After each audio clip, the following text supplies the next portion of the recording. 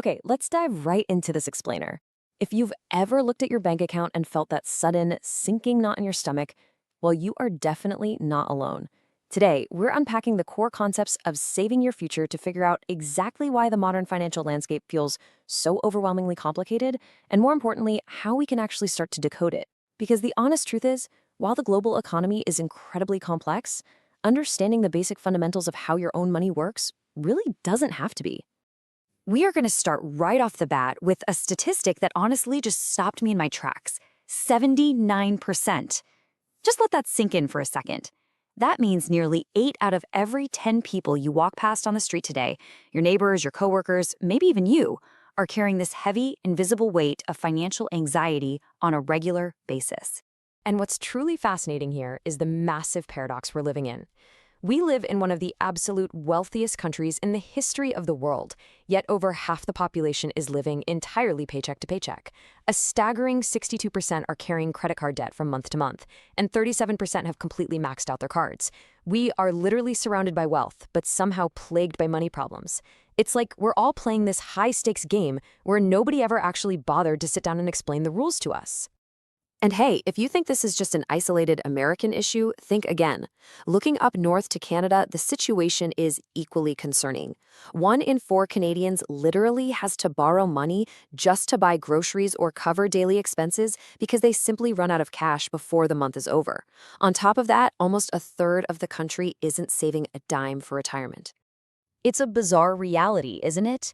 We spend years in school, we work incredibly hard, yet we somehow end up trapped on this endless financial treadmill. Debt has just become completely normalized, from our college years all the way into old age. And the root cause? Well, nobody actually teaches this stuff. We swipe credit cards daily without understanding the hidden fees. We avoid looking at our bills just to spare ourselves the stress. We shove insurance policies into a junk drawer. And we just cross our fingers hoping our retirement accounts will magically be enough. There's a phrase from the source material that really hits the nail on the head here. We are active spenders, but passive savers. Think about it. We know exactly how to proactively research and buy the latest smartphone, or figure out the best way to bundle our streaming subscriptions. But when it comes to savings and retirement, we just kind of passively sit back. We toss some money into a fund and blindly hope that our employer or the government will just take care of the rest. Which naturally leads to a pretty massive question. How on earth did we get here? When exactly did a lifetime of consumer debt become the standard operating procedure for everyone? To figure that out, we really have to rewind the clock a bit and look at history. If you think back to right after World War II, the entire cultural mindset was built on passive dependence. It was this deeply ingrained idea that if you went to school and got a solid job, your company, your union, or the government would simply take care of you. You'd retire with a nice, secure pension. But contrast that with our reality today. We're completely dominated by easy loans and a pervasive spend now, pay later culture that traps millions in an endless cycle of debt. This huge cultural shift really went into overdrive during the 1980s and 90s. Suddenly, credit became incredibly easy to get. It wasn't about saving up for 6 months to buy a new TV or a car anymore. You could just get it today. Spend now, pay later stopped being just a catchy marketing slogan and literally became our societal mantra. Consumer debt skyrocketed, and this dangerous new normal was established where constantly owing money was just accepted as a totally normal fact of life. And compounding that cultural shift toward debt has been 2 straight decades of relentless economic whiplash. The new millennium brought constant major disruption. We braced for Y2K, only for the dot-com bubble to burst right after. Then came the extreme market volatility following September 11th, the absolute devastation of the 2008 subprime mortgage crisis, right up to the 2020 global pandemic. The financial landscape is literally constantly shifting beneath our feet. And these aren't just dates in a history book. These once-in-a-generation shocks have inflicted severe, measurable damage on everyday, hardworking families. Millions suffered massive job losses. Entire savings accounts were wiped out. Home values crashed. And countless families were pushed to the absolute brink of bankruptcy and foreclosure, scrambling just to survive in a much harsher reality. And perhaps the most fascinating takeaway from all of this is that absolutely no one is immune. This isn't just a boomer problem or a millennial problem. It's a full-on generational squeeze.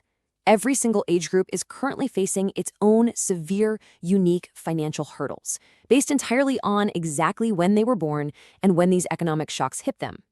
Let's actually break down how these burdens stack up across the demographics. You have baby boomers, with 10,000 of them turning 65 every single day. Yet a massive chunk are completely unprepared for retirement because of those past financial crises. Then you have Gen X, caught squarely in the middle, absolutely squeezed by their own growing bills while trying to care for both their kids and their aging parents at the exact same time. And then, of course, we have the millennials. They're now the largest living generation, over 72 million strong, and they are navigating a wildly unpredictable economy. They aren't just competing for jobs with a person down the street anymore. They're competing in a fiercely globalized labor market. Add to that the rapid rise of software and automation, and you have highly educated people frequently being forced to settle for temporary, unstable, or lower-skilled jobs just to pay the rent.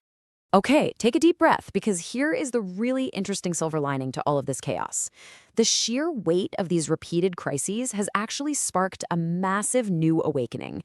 People are finally waking up and realizing that passive dependence simply doesn't work anymore. The struggle has essentially forced us to rethink our priorities, to finally pay real attention to our personal finances, and to actively seek out an understanding of how money actually works. Transitioning out of that dark cloud of debt requires a proactive approach, but the good news is it's actually a pretty straightforward progression. First, you just have to understand the fundamental rules of the money game. Second, you use that knowledge to map out a solid financial plan. And finally, you actively build it out to gain total control over your family's future. It's all about getting out of the passenger seat and finally taking the wheel yourself.